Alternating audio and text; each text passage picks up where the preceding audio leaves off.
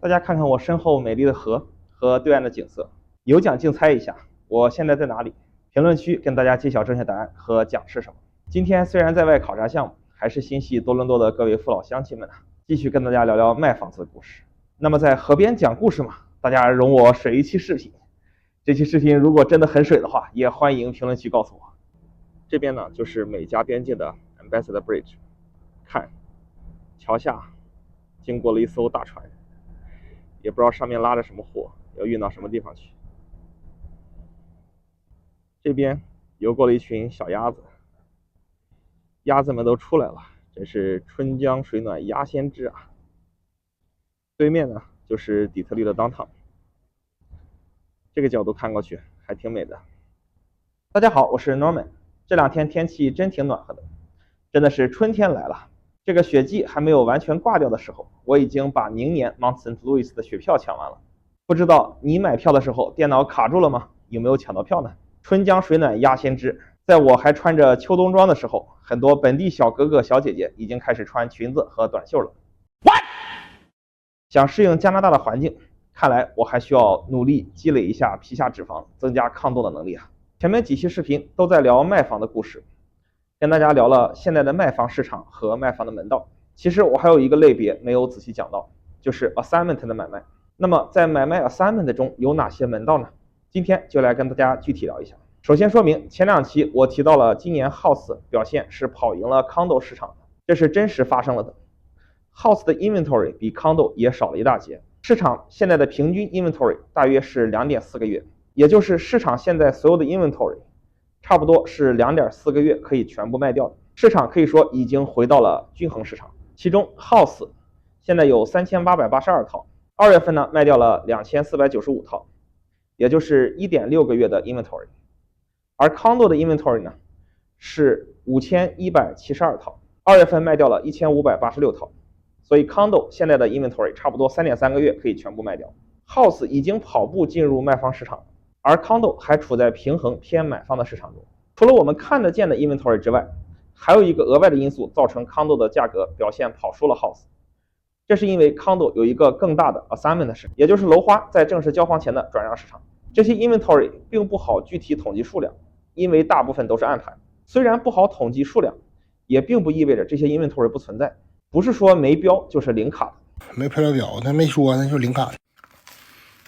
这批 condo 的额外存量实际上是拖累了 condo 现阶段的行情的。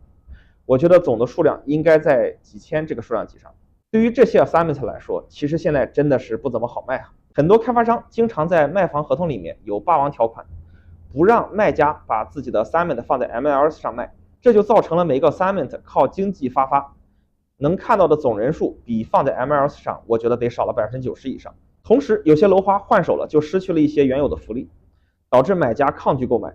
这属于买卖 assignment 中的坑，看似是在坑买家，实则坑的是卖家，因为卖家的 assignment 更不好卖了。另外就是我前面视频提到过的，因为楼花修建过程中4到5年并不能有效交易，所以大家买卖和招租的需求都是被压抑了4到5年的。在快交房可以买卖和招租的时间里，会有超过平均数量的人拿出来卖和拿出来招租，属于短期的 oversupply。 最后一个因素呢，就是在2020年之后卖掉的很多楼花实际上是卖到了我觉得明显高于合理价格的区间的，有些买家甚至首付 20% 全部亏掉割肉，都不一定能降低到合理的价格区间，导致房子实在是没有办法卖啊。我在小红书上就看到了一个 Prime Condo 首付全赔掉再卖的 case， 不知道他现在卖掉了没有。我看到的各种经济群里也有在发 distressed deal 的，很像破产房 power of sale 的房源在卖。其实很多卖家首付即使全亏掉了，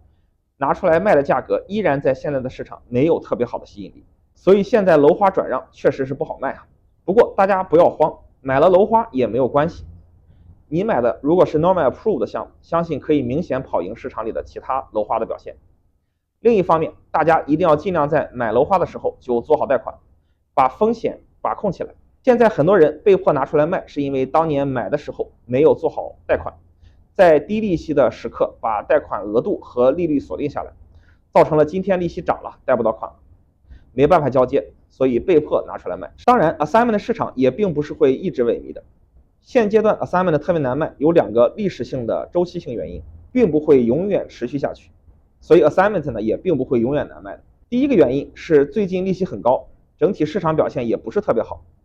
楼花 assignment 和现房其实都不太好卖，房地产市场是有周期性的，价格是整体螺旋状往上涨的一个趋势，并不会一直处在非常差的状态下。所以如果你的 assignment 真的赶到了必须在今天卖，确实是有一些倒霉的。第二点，现在处于历史上的楼花交房高峰期，我们会看到 GTA 每年楼花销售数量19到21年基本上每年可以卖到4万套加。